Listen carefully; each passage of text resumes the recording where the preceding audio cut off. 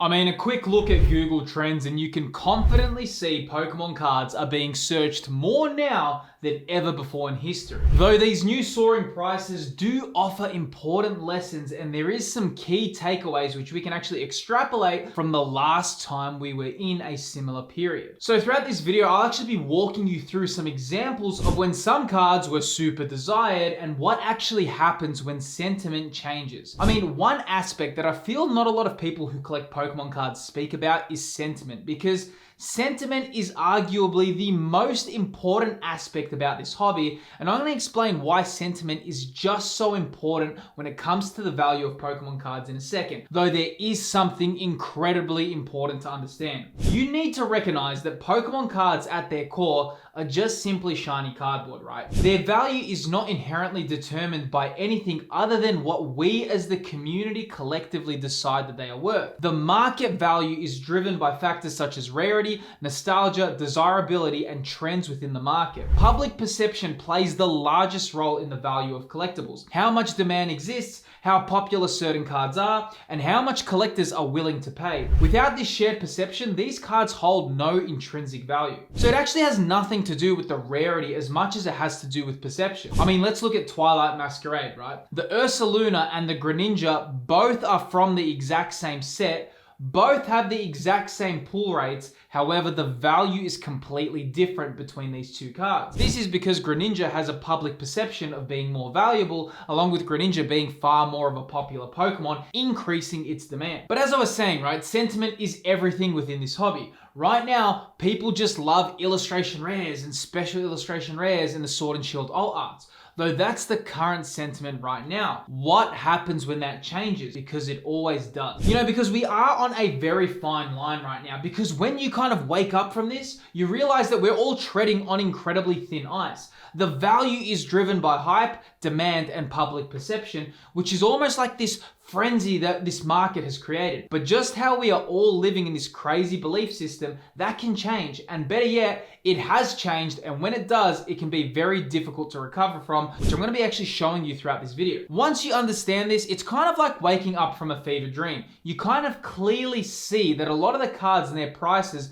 are just walking on a super fine line. Because as the years go on, all you need to happen is a few of these new hype beasts that are entering right now, and these people who are jumping on the trends, all they need to do is leave. And then you're kind of just left with the people who just genuinely enjoy the TCG and collecting. And once that happens, you don't have the market demand to keep up with the supply, and the reverse can happen. You see, that's why when buying Pokemon cards at the moment, arguably the most important thing you can do is track what you spend on cards. And that actually brings me to the paid sponsor of today's video, which is the Shiny app. Now, if you haven't used the Shiny app before, then it's good to understand that this app is an all-in-one tracking tool designed for collectors and investors, allowing you to manage your sealed products, graded cards, and singles effortlessly. So the Shiny app has real-time pricing data pulled from sources like eBay and TCG Player, which allows you to always know the value of your collection. Now, while it does work as a fantastic way to track your collection, it also has some additional advanced search functionality. Let's say you're looking for Stellar Crown special illustration rares, you can just type in Stellar Crown SIR and you'll get all the pricing data from every Stellar Crown special illustration rare. So if you're serious about tracking and optimizing your collection, feel free to download the Shiny app. The link is in the description of this video. All right, so when we're looking at this, what's really important, right, is because I don't want to be like, oh, Phil, but you're a bit of a naysayer, man. You're saying Pokemon cards can crash. The reason why I'm not always that bullish on cards, and I always take a far more pragmatic approach, is because when that sentiment changes, things can just change rapidly, right? Right now, I'm looking at the Charizard VMAX from Darkness Ablaze.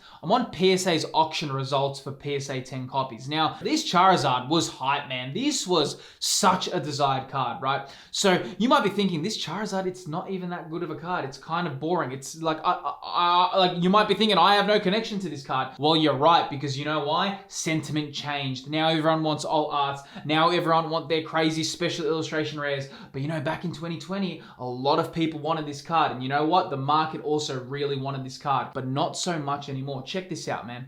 when this card kind of came out, right, you can see October 28, 2020, the PSA 10 sold for $830 USD. We move a little bit down, you can see it sold in November for $639. You got some price points of $663, you know, you got a sale of $800. Now, as you can see, there's been a pretty significant downwards trend for this card. If we're looking at the most recent sale prices for this card, check this out, man. Look at this, sold for $77 in December of 2024, $92 in January, $94, $103. You can see what a crazy price drop, man. And more than that, here's the wild thing about this card. This was a very desired card, okay? If you were collecting during that 2020 period, this card was hype, man. Like, people really, really wanted this card. It was a very desired chase card. Now, obviously, what happened with this card was it was actually not as hard to pull as people thought. Though as time happened and more came on the market and alt arts became more interesting and sentiment changed, this card couldn't hold its value. And you can see the price point of this card at the moment. Now, also, I just want to say while we're looking at these videos actually take a lot of time and effort to plan. So please feel free to like the video to help promote it within the algorithm. And also, if it is your first time here, please feel free to subscribe to be kept up to date with Pokemon collecting and investing discussion. Another good example is the Pikachu VMAX from Vivid Voltage, the hyper rare. Mind you, dude, this Pikachu was like, if you think that the Surging Sparks Pikachu was hype,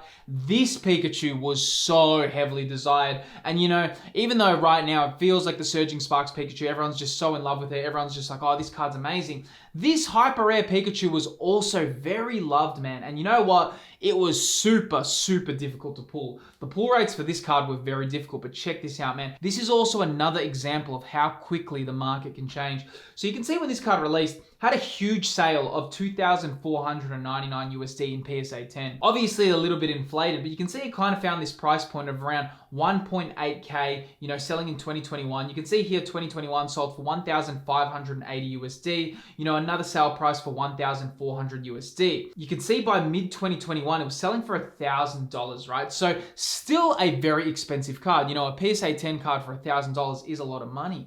But what's it selling for right now? Check this out, man. You can see this card is selling for $230 in November 2024. You can see a sale price in January of this year for $264. You know, the most recent sale price is $320 in February of 2025. This is the key that's happened. There has been such a market pullback for this card, but once it was that big. Now you might be saying, but Phil, this card is kind of like no one likes this card anymore. And that's exactly my point, what I'm trying to make. Maybe no one desires this card that much like they did back in 2020 or even early 2021, but it was once that card, man. It was like once the card that everyone wanted. So it is important to keep this approach when you're buying these cards because, of course, a lot of the cards right now are super desired, but you got to remember as well, man, Pokemon is releasing at a crazy rate, dude. We didn't get sets this often as we do now. Like, sets release every 2-3 months. You know, you're getting something. If it's not a specialty set, it's a mainline set. Every new week is where you're getting new Pokemon products. Yes, we have the demand to keep up with that. But what happens when a lot of these hype beasts and a lot of these trendsetters decide to walk?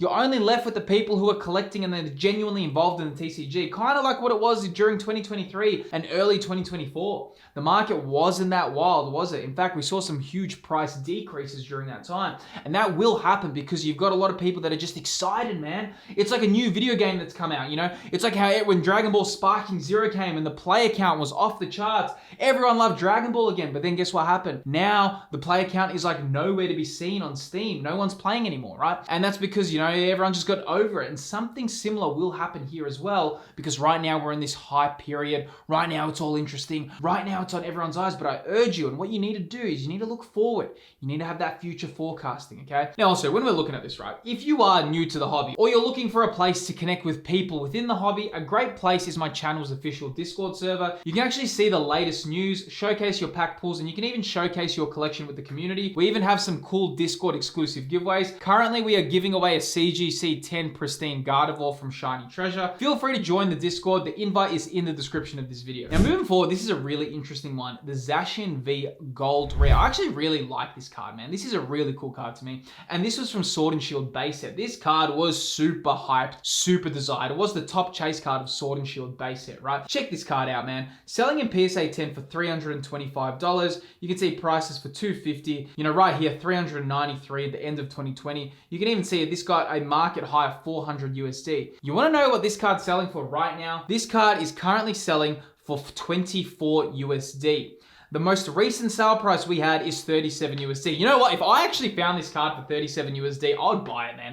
This is a top chase card in PSA 10. But you can see what happened, man. The price decrease of this card is huge. And you might be saying, Phil, what a boring card. But exactly, because the sentiment changed, because you now see it as boring. But guess what? You might even see some special illustration rares from today as boring as well. That's what can happen when perception changes. And this is why it's important to know. These are lessons, key lessons that we can learn from, because all these cards I'm showing you right now were top chase cards of this set, and they were super highly desired. Now you might say, now I know you might be thinking they're boring now, but that's the thing, they weren't boring once upon a time. Once upon a time they were what everyone wanted, right? Same thing with the Zamazenta from Sword and Shield. You can see this card here sold for 500 USD in PSA 10. You can even see some price sales here for 230, 200 USD, even found a high of 525, and then it came down to around 199 USD by the middle of 2021. Right now, the most recent sale prices for this card are 26 USD, 31 USD, and then it did hit a high for a recent high price of 56 USD, which is crazy affordable, right? For a top chase card, hyper rare, pretty much the most desired card from Sword and Shield base set. I mean, when I'm looking at that, this card's so hard to pull. If you did open a sealed Sword and Shield base set and pulled this card, and you got it graded as a PSA 10, it would sell for $56. You would not even make anywhere near. I mean, opening Sword and Shield base set is a very, very silly decision when you see the top chase cards are only selling for $56 if they get the highest grade they can. Important lessons to learn, right? Another one, and it's a key one, is the Miriam SAR PSA 10. So more recently, we did have this Japanese female trainer card hype of 2023, right? If you were around during that time, everyone wanted Japanese female trainer cards. If you bought Japanese sets, no one wanted anything other than the Miriam or the Iono. But guess what? Once the perception changed, once when people weren't that interested anymore, the price dropped. Check out the Miriam Super Rare right here. Look at this. When this card came to market, look at this. PSA 10 in March 2023, 660. You can see it had this solid period here selling for 511, 510, 557. Public perception was high on this card. Everyone wanted it, right? There was all these people that never collected Japanese female trainer cards that came out and said, whoa, we're in the hype train, we're gonna jump in, and they were paying these prices. But guess what? Not many people want these cards anymore, do they? And guess what the price of these cards are now today? Look at the prices now, 29 USD, 23 USD, 48 USD. And you know why? Because the trendsetters and the hype beasts all decided to come. They came flocking, kind of like now where you're seeing people, jumping around on Bloomin' Waters and Costco. And then you see now when the hype left and, it's all calmed down and the dust has settled, they're selling for $50 a pop. But once it was selling for 10 times more that. Is it a correction? I don't know, man. If something was selling for $500 and now it's selling for $50, if we want to use the term correction on that, well, I hope you I don't know, man. I don't know. Maybe we can use the word correction. Maybe when you're asleep, you're not actually asleep. You're just resting your eyes, Maybe when you go to the gym, you're not working out. You're just feeling the blood in your muscles, It is definitely a very strong crash that has happened, So this is the reason why it's so important when you're in these hype periods and what's happening is to stay pragmatic. Another really interesting one, and I know it's not Pokemon, but it is Yu-Gi-Oh!, is the Dark Magician Ghost Rare, right? When this card came to market, it was so hype, bro. This card was like the most desired Yu-Gi-Oh! Card for such a long time. It was a Ghost Rare. Dude, the pull rates for this are ridiculous. Very hard to grade as well. This card sold for 6,100 USD, and then it sold for 4,400 USD, and then it sold for 4.7K. And you can even see the most recent sale price for this was $936. What's really interesting, I don't know if you collect Yu-Gi-Oh!, but if you do collect Yu-Gi-Oh!, you will know that this Dark Magician artwork is a very rare artwork to get. It's usually, you get the newer kind of tablet form artwork of Dark Magician. You very rarely get this OG Dark Magician on artwork. So it was very, very big deal that this came out. And the fact that it's now selling for 936 USD in PSA 10 is a huge price drop for what collectors thought this would be worth. And that's what I mean. Perception can change. things in this hobby can always take a different turn, and that's why you always got to be pragmatic whenever you're dealing within this hobby. Now, I think there's levels to this, and I think as time goes on, we're going to see some drastic changes happen, though one area that collectors need to focus on is sentiment, and when sentiment changes, some really crazy crashes can happen. A recent example of this is vintage Pokemon cards. So I think one question that comes up with all of this is, what made vintage Pokemons crash so heavily? Well, the answer to that is right within this video here. Within this video, I look over the vintage card crash and I explain exactly what happened. Click the video that's appearing on screen to learn more about that there.